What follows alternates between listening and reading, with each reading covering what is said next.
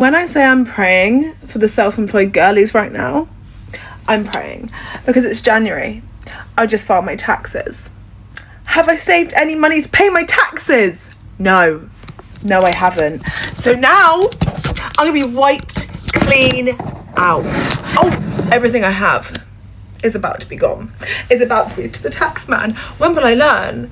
Like, at what age will I start saving to my taxes? Because I'm 28 years old and every year it's the same thing, and every year you'd think I'd learn, but no, my bill isn't even that bad. But I just don't plan ahead. I forget that, oh, the money that I earn, I've got to pay taxes on that. I have to pay the tax man. So I'm truly praying for anyone that is like me and doesn't want to pay HMRC. HMRC, I'm going to pay you. But I'm stressed. When I got that bill through, I finished my taxes last night at like 2 a.m. And now it's going to financially cripple me. So I'm praying for any of you self-employed girlies out there that are like me and you don't save. When will I start being an adult and start saving for these things? I don't know. Hello everyone, this is Emmanuel Cook. We will be reacting to a new video today, so make sure you guys like, comment, and subscribe down below, and let's get into the video. There's a part about being a widow that people don't like talking about. There's a part of this journey that is uncomfortable, and that is that there are widows and widowers that are struggling financially, that there was no life insurance. There was the last check from their spouse, and then they had the remaining of a lifestyle that was maintained maybe by 2 incomes or maybe by 1. And they are struggling.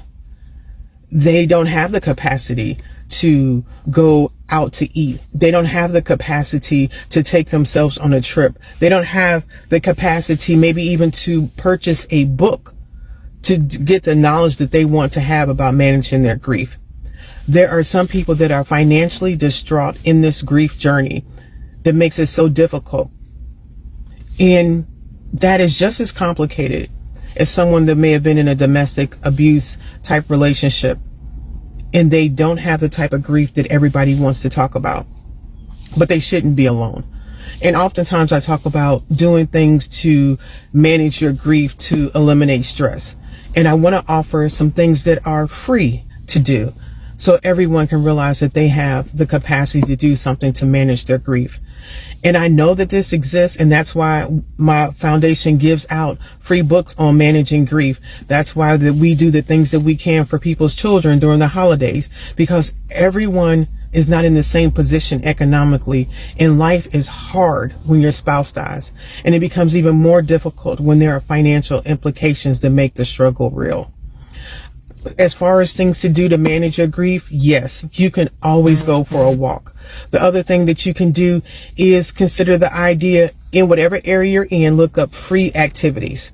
And generally, wherever you're at, there are different activities that you can do for free, and they will list those. If you want a book that you want to have as far as managing your grief, most libraries nowadays have the capacity to have Audible books that you can check out for free. There are different resources. I ask everyone in the comment for this video, put down different free resources so our sisters and brothers who are widows and widowers have an opportunity to be able to manage their grief, have fun things to do, and improve their mental wellness and quality of life. Thank you. I'm going through my budget right now, and y'all, it's just like, how are we supposed to survive? The good thing is that the reason why I'm so fucking broke is because I'm saving so much. So I have like Roth IRA contribution, Robinhood contribution, Betterment contribution, but still it's like, it would be really nice. It's really tempting to zero that out and keep that a little bit of that money, because it's not a lot, but at least it's like, you know, makes me feel a little bit more like sane in the head. But still, I mean, oh my God. Like, it's so expensive to live. It's crazy. Oh my gosh.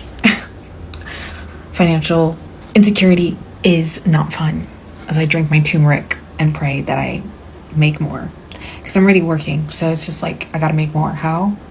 Please follow me on TikTok. You want to know a great way to fuck up your finances completely marry the wrong person, get into a relationship with the wrong person.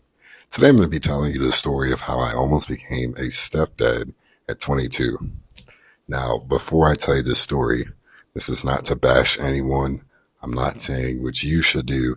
I'm just telling you the story of how I completely almost derailed the path I was on and fucked up all of my finances. I was getting out of the Marine Corps. I was 22 at the time, and I ended up meeting this woman at a job, one of the jobs I was working at. Turns out she had a daughter. Long story short, me being my delusional self and wanting to help this individual, I started taking more and more responsibilities on that you really shouldn't be taking for anyone unless you are in a committed, serious relationship, and more so if you're their significant other.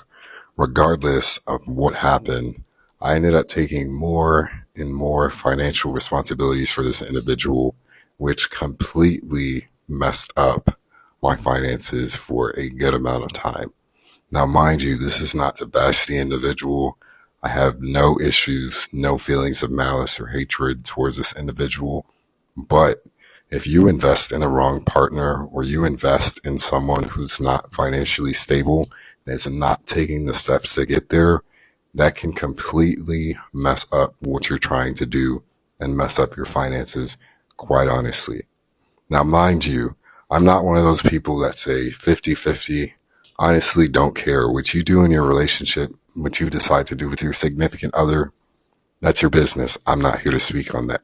But what I am here to say is if someone isn't financially stable and you take on that responsibility, just know you will be put through trials and tribulations. And if you're not ready for them, or if you don't remove yourself from the situation before it's too late, you will be doing more harm than good. So beware. And at the time, this individual had a daughter. So at that point, it's a package deal. It's not just the woman, it's the woman and her child eventually, if it gets serious enough. So that was a mistake I almost made. Got engaged to this person, but I knew early on this is not something I should be doing. But again, a lot of the times we know what we need to do. We simply just don't do it. Why are humans like this? I don't know.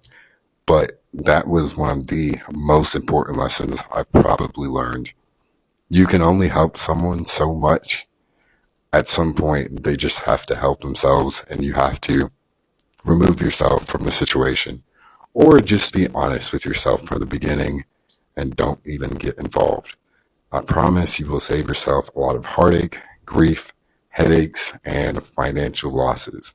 So please be careful who you decide to stay with long term, because that will have a huge impact, not just on your finances, but your entire life. As a man, you are expected to protect and provide. And if you get with a lady who already has children, you don't just have to take care of her, you have to take care of her children as well. It is expected of you. And so, starting from scratch, why in the world would you want to be with a woman who already has children? You're just adding more bills and responsibilities to your life already. If you don't have children, especially, do not go after women with children. And it's not hate to women with kids, it's just being smart about your choices. It's just choosing the best thing for you. If you're starting from scratch, especially if you're young, like, make good choices for your life. If you already have kids, then I can understand why it is more reasonable to have a woman with kids too, because you both have children. But if you don't and she does, don't do that. Come on now. I'm about to be working 7 days a week, and I just feel like that's not normal. Every single time I try to save money, another huge expense comes up. First, it was Buddy, one of our cats, had a dental cleaning, and it was necessary, and it cost like $1,000. We thought pet insurance would cover it, but they said no. And I got my wisdom teeth removed, which was super expensive. Just went to the dentist for the first time in like 3 years, aside from my wisdom teeth check-in, and I found out I've got all these problems. I take really good care of my teeth, but I have these two front teeth are like receding gum lines because I guess I'm brushing too roughly, which I didn't think I was brushing too roughly at all. I thought I brushed fine. I brush twice a day and I floss every night, but I still have 3 cavities that I have to get filled. One of them is not a new one; it's like an old one that I guess the filling like chipped. And so all that's gonna be $1,000. On top of that, they also said that some of the problems they're seeing in terms of like, I guess like the cavities and different things is because they're in between my teeth because the bottom ones are crooked. So I can't, I guess, get in there enough or something. So they also say I have to get Invisalign if I don't want everything to get so much worse. So I'm gonna have to get Invisalign too, which I did have braces and Invisalign as a child, but I was so bad at wearing my Invisalign, it just didn't work, and I just completely regret, like, what a waste of money for my mom who spent it. So that's probably gonna be like another, I'm assuming Invisalign's gonna cost like $1,500 or $2,000 or something like that, and I have to start doing that soon. And on top of that, I start grad school in August, and I've been saving for grad school. Like, literally, I've been so frugal. $700 of every single one of my paychecks every 2 weeks goes towards my school, and I don't make a lot. And that's a big chunk of my paycheck. But now it's like I'm not even saving the amount that I wanted to save, because every single time I get to a good amount, every single time I end up saving a new expense comes up. Like my car's had so many problems. My last car got completely totaled. Now this car that I bought off my mom has like the bottom like casing fell off, and then I have to replace the starter. And I mean, it's a 20-year-old car, and it's got like, what is it, like 230,000 something miles on it. So it makes sense. It's just extremely frustrating. And I don't know, I just needed to complain because I don't understand how we're supposed to afford all this crap all the time. Like, I'm good with my money and I'm working hard and I'm trying, but my God, it feels like I should have started saving when I was like 12. Anyway, it's just really stressful. I'm very grateful to be in the position that I am in, and I know that I have a good job. It's a very hard time to get a job right now, and I'm very grateful for where I am. It's just hard to believe that I am in such a good place, and there's still so much expenses that I'm struggling to be able to meet. It's just, this world's so fucked up. I don't understand how we're supposed to afford any of this. And I feel like I'm doing everything right, like I'm trying, but it just feels like I also don't want to spend my 20s not having any fun at all, but now I feel like I should just cut out the fun I do still have, you know? Like, I shouldn't be going to grab a drink with my friends or, you know, ordering in on a Saturday night with Tommy. Like, I don't know. It's just frustrating. Every time I'm just trying to be grateful when there's an expense that comes up that I did save money and I do have money for it. I'm not in debt yet. I'll be in debt when I go to grad school, but I'm not in debt yet. I'm so grateful. My mom paid for my undergrad school. Like, I have so many privileges and so many things to be grateful for, but oh my gosh, it's just so overwhelming. And I just feel like there was nothing in school that taught me this. And like, I didn't used to be good with my money, but I really am right now, and I am trying. Even before I was saving for grad school, like, I always put money in my retirement account and in my brokerage account, my investment account. Like, I feel like I'm trying to do everything right. Anyway, if anyone's in the same boat, I'm sorry, because it freaking sucks. Like, I just got a paid internship, which I'm excited about, but I'm about to be working 7 days a week, and I just feel like that's not normal. But I need the extra money if I want to save up to my goal. My goal is to save at least $10,000 to help with grad school, and I had enough that I scheduled it out. I was going to make it to my goal, but now I'm not even close. I finally made it to the $4,000 mark, and then all these expenses came up, so now I'm at like $3,000 or something, and it's gonna be even less than I have to pay for Invisalign. So yeah, I'm sorry if you guys are feeling it too. I just feel like I have to complain a little bit. I don't know if this is relatable, but I just feel like so stressed, and I feel like there's so many things that you have to do right all the time. Like, I'm supposed to eat healthy, but that's so expensive. I'm supposed to go to the gym, but then I have no time for myself, and those are things that I like to do, but then feeling like I'm trying to do everything right, and then I'm still falling short, just feels like crap. Anyway, my break's almost over, so I have to go back in. Bye, guys. A quick reminder, please remember to like, comment, and subscribe down below, and let's continue the video. So buying a house has ruined me financially. Home ownership is not the right move for so many people, and I think so many people are house poor, and it limits them financially in so many ways that, like, we have to just kill this notion in America that home ownership is the only road to financial freedom. Like, if you're fortunate enough to have extra money, you know, let's say that 20% money for your down payment, and you think because your mortgage broker said that you can afford the house that's 40%, the mortgage is 40% of your gross monthly income, you can't afford that house. If you occasionally hear banging above me, it's because we're having our roof replaced. $18,000, vanished, gone. A couple years ago, we had to replace the sewer lateral and a new trap. $28,000, boom, vanished, gone. We had to update HVAC, $14,000, boom, vanished, gone. All told, we've spent about $65,000 on shit that wasn't like cosmetic stuff or choices we've made in the 4 years that we've owned our home. Is it the right move for us? Probably, because we're fortunate enough to be able to cover these, unexpected expenses, but they're not unexpected. This shit happens. If you buy a house and you check out that inspection report and you know, hey, that roof is 20 years old, just know that you're gonna have to replace that shit in the next 5 years. You gotta budget another $15,000 to $25,000 for a new roof.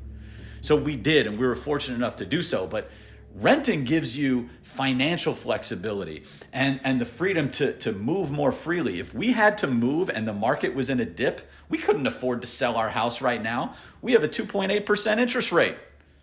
If we had to buy another house right now, what are we looking at? 6.5%? Our mortgage today on the exact same house, same down payment, same price, everything would be almost double what our current payment is because of today's interest rates. Okay, so, don't think that you can afford a house because the mortgage broker says, oh yeah, I can get you approved up to 40% of your gross monthly income, because you cannot afford that house. And like this woman said, it could ruin you financially. Here are 3 things that can totally ruin your finances in your 20s if you don't pay attention to it. Number 1 feels obvious, and that is credit card debt. Credit card debt will make your financial life significantly harder than it needs to be. Not only are you incurring upwards of 20% in interest, so the balance can obviously snowball very quickly, but you're not practicing good spending habits, you are buying things that you can't afford, and you are upgrading your lifestyle without the funds to actually support it. Social media is obviously a big contributor to this, but you don't need everything, and you need to learn how to say no, and you need to learn how to budget and save for purchases that you want to make. And this also applies to things like Klarna or Afterpay. Just don't use them. Treat your credit card like a debit card. Pay it off every week, every 2 weeks if you need to, and don't buy anything that you can't pay for in cash. Number 2, and I know that this is going to piss some people off, but don't buy a house that you can't afford just so that you can say you bought a house or just to have a house. In the United States, we are force-fed home ownership in the name of equity, and we're told to basically sacrifice everything and just go buy a house as soon as you can, and you'll feel good and you'll be financially successful. In most places, I don't have the map accessible, but in most places, buying a house is actually significantly more expensive than just renting and saving or investing the difference. You don't need to buy a home to be financially successful, and it's the biggest purchase of your life, so you should probably run the numbers before you just go buy a piece of property. And that's not to say you should never buy a house or buying a house is bad or it's not a good investment, but in many cases, it's not a smart financial decision. It's really important to run the numbers. When you do buy a house, it should be because it's the right decision for you at that point in your life, not because you're told it will help you build equity. And number 3 is to avoid lifestyle creep. I think social media is a huge contributor to this, obviously, because we see so many people online living in these gorgeous apartments, working from home, and having these very aesthetic life situations. You don't need to be living in a super fancy apartment. You don't need to be living in a huge major city. And honestly, this is coming from someone who's 28. I'm turning 29 this year. I really don't think you should be upgrading your life at all until you hit 25. When you are just fresh out of college, live in a crappy apartment, have a roommate or 2, I actually had 3 at a time, and save on your rent expense so that you can build up your financial foundation. It takes time to build a life in your 20s. It takes time to get to a point in your career where you have an income where you can comfortably afford to live alone. You don't need to be upgrading your lifestyle early in your 20s. You don't need to live alone until your late 20s, if you even can afford to or have the opportunity to. And you shouldn't be buying a bunch of expensive stuff just to impress people that A, you don't care about, B, don't care about you, and C, with money that you probably don't have. And if you're someone who wants to improve your finances in a realistic way, make sure you are following me. I really ruined myself financially in my 20s. Here's why. In my 20s, I had, oh God, do I have some poke bowl sauce on my beard? Anyways, in my 20s, I really had no concept of personal finance. I thought that my main goal was to increase my salary and I would be okay. Needless to say, I was a bit of a dumbass. There was a point, I think in my 20s, my savings like my total savings. Luckily, I was good with contributing to my 401k because my mom kept getting on my case about it. I was like, oh, fine, fuck it, I'll put money into my 401k. But that was actually really good because that was one good financial habit that I did do.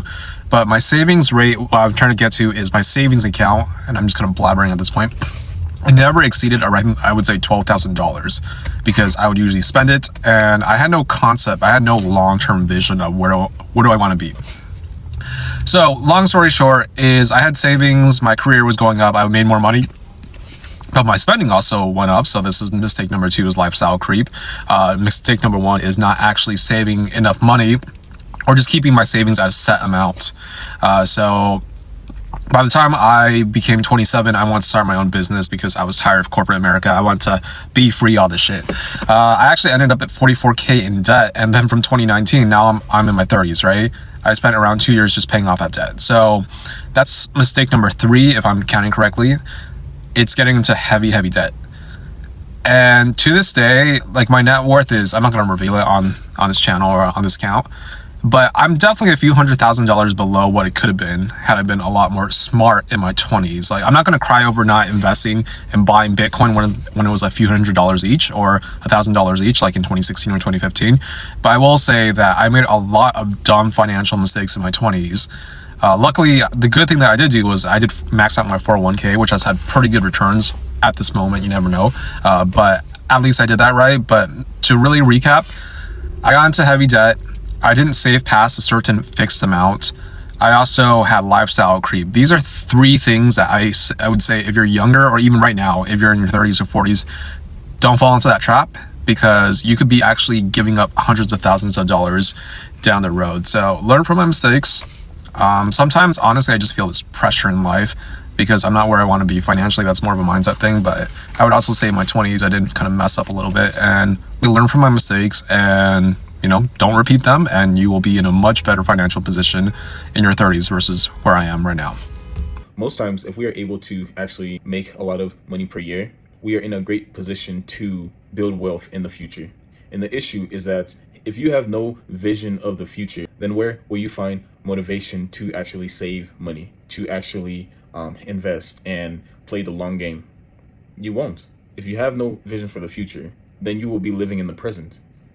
And if you live in the present, you only care about the things that you want today. You don't care about tomorrow. And so you will behave as if there is no tomorrow and just spend all your money today. But if you do have a clear vision of what you want your life to be and you work towards it, that is when something in your brain shifts and you can actually start to make big moves and save a lot of money and invest a lot of money over time. I don't quite know how to say this, which is unusual for me, but I am so proud of us, the younger generation, the greater society, for how we are going away from moralizing around money. I have been in financial ruin for about 2 years, and I am slowly recovering from that and cleaning up the mess in my life. And I talk to other people, and I got into this relationship where I thought that I needed to buy somebody's affections and provide for them, and they were unemployed, and it was all credit cards from there. And most of the time when I open up to people about where my finances are at, their reaction is like, yeah, man, it's a capitalist hellscape. None of us can buy groceries. We're all out there pretending. And you would not believe the people who have told me, yeah, I'm thinking about filing for bankruptcy, when my view of them was that they were doing really well financially. And probably well is the wrong word, because I don't think anybody is doing well. Doctors and lawyers used to live in big mansions, and now they live in 2-bedroom apartments while they pay off their student loans. Something is wrong. And I just feel like I used to hear people be judgy about not being able to save money, or not having a job that had benefits, or not being able to make it work financially. And I just don't hear that from people anymore. And there's also this awesome attitude towards work, which is just like, yeah, kind of don't work that hard and just do as much as you need to do in order for them to continue to employ you. They would replace you in a second. They do not care about you. And it's interesting, through this whole process of financial ruin, I realized there were so many things that I was super afraid of that would happen to me if I had credit card debt or if I had to file for bankruptcy. And what I'm finding out is that it's actually fine. I'm not hurting I'm okay. And I'm standing back and going, well, why don't people just rack up a bunch of credit card debt and then file for bankruptcy every 7 years? And I think the reason is people have been taught to try to buy homes and tried to keep their credit score good. Some people need to worry about renting, so they need to keep a good enough credit score to be able to apply for an apartment, for example. But I think the bigger issue is that morally, we don't want to have to say that we've done those things, because there's some moral issue around racking up a bunch of debt that you can't pay for. But I think that once we heal from this morality that's been put on us by corporations in an economy that we are living through that is not livable, and yet this entire time we've been willing to take it on personally and said, no, it's actually a personal failing.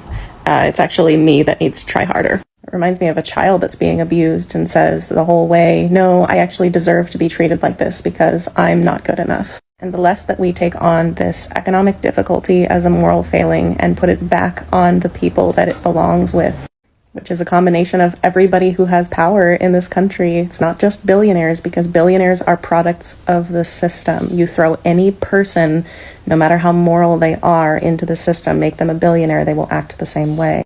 This is a structural problem. It is a combination of government, individual actors, large groups of people. And I think the curtain has been pulled back and we're able to see the guts of the machine.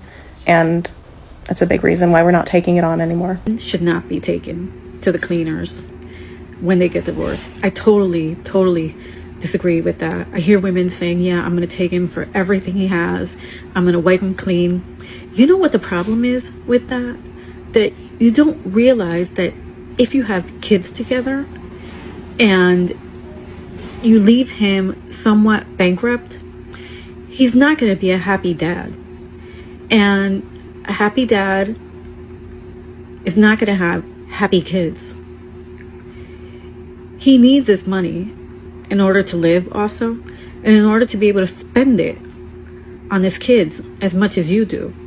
So when you're wiping him clean, you're also affecting, your kids' lives.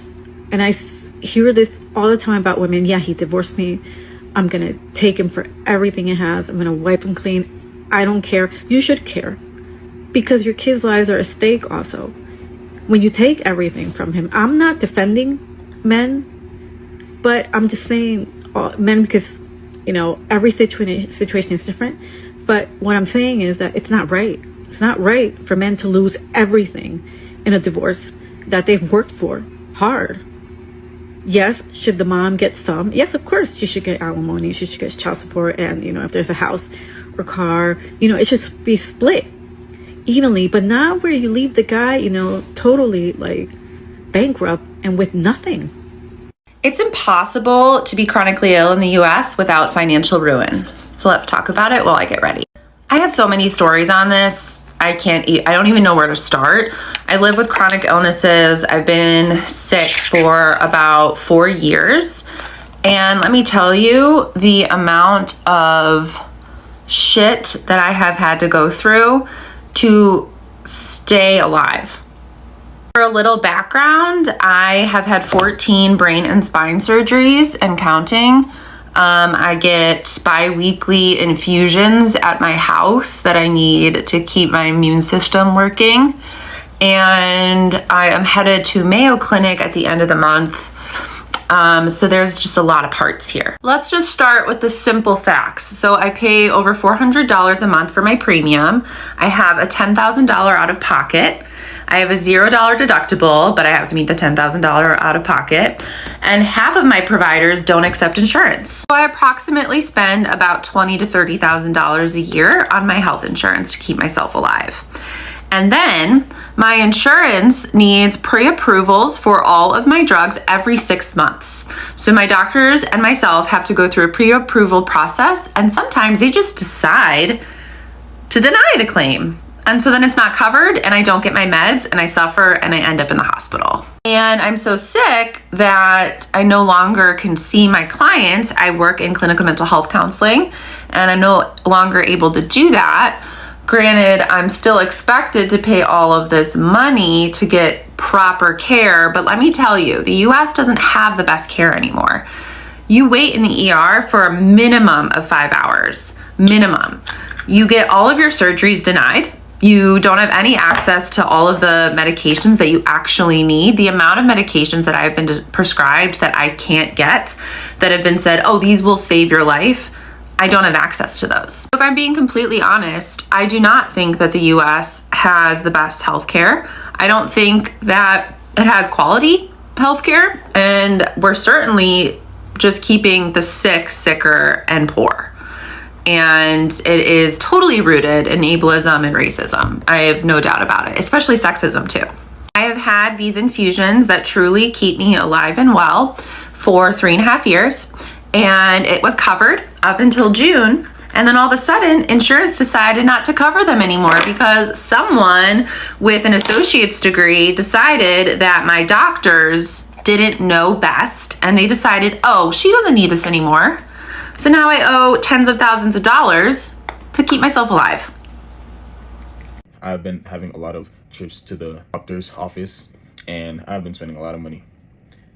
And if I wasn't earning enough, I would have been cooked. Even though I have pretty good health insurance, I haven't reached my deductible yet, so I still have to pay out of pocket for specialist things. And if I was not in the position to actually pay for this, I would owe thousands of dollars just for the treatments that I actually need. Right now, we are trying to figure out why my breathing is irregular. And I had a MRI and it came out clean. I had a ECG, I had a chest x-ray, all of those things came out normal. And now I have to pay even more money to see a neurologist and see what is going on in the brain and see how I can get treatments for it. But yes, it is a lot. I can't even imagine if you have a lot of chronic issues and chronic pain. That will cost a lot of money. And most people do not make enough to pay for those high cost treatments. And so they get in a lot of debt and they are financially ruined. I went to college for 1 year in 2020 and had to get a student loan.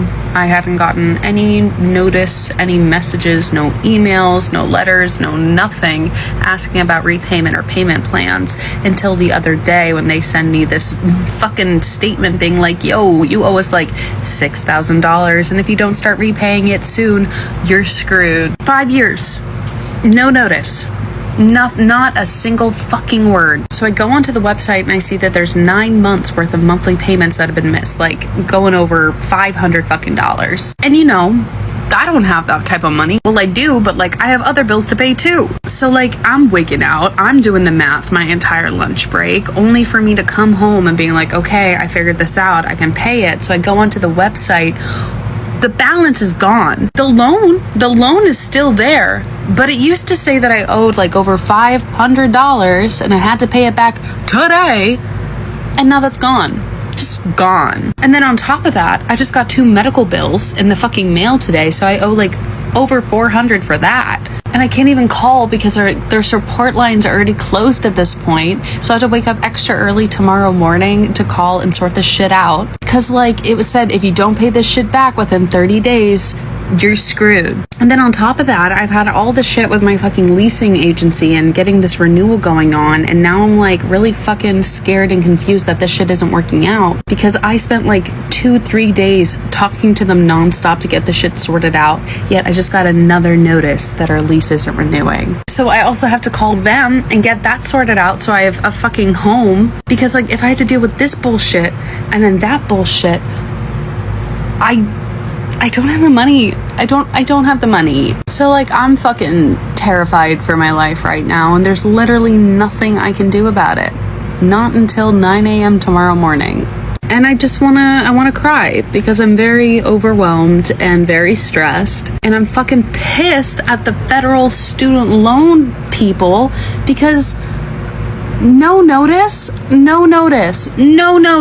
This shit was addressed to my home and back in Alaska, and I asked my parents, have you gotten anything? And they're like, no, we would have told you. So I'm I don't know what the fuck is going on, and I'm stressed and I don't have money for this shit, and now it's saying payments are going to be due starting fucking October of 2025, and I'm just flabbergasted and confused, and I don't understand because literally 7 hours ago it said I had to pay $500 today.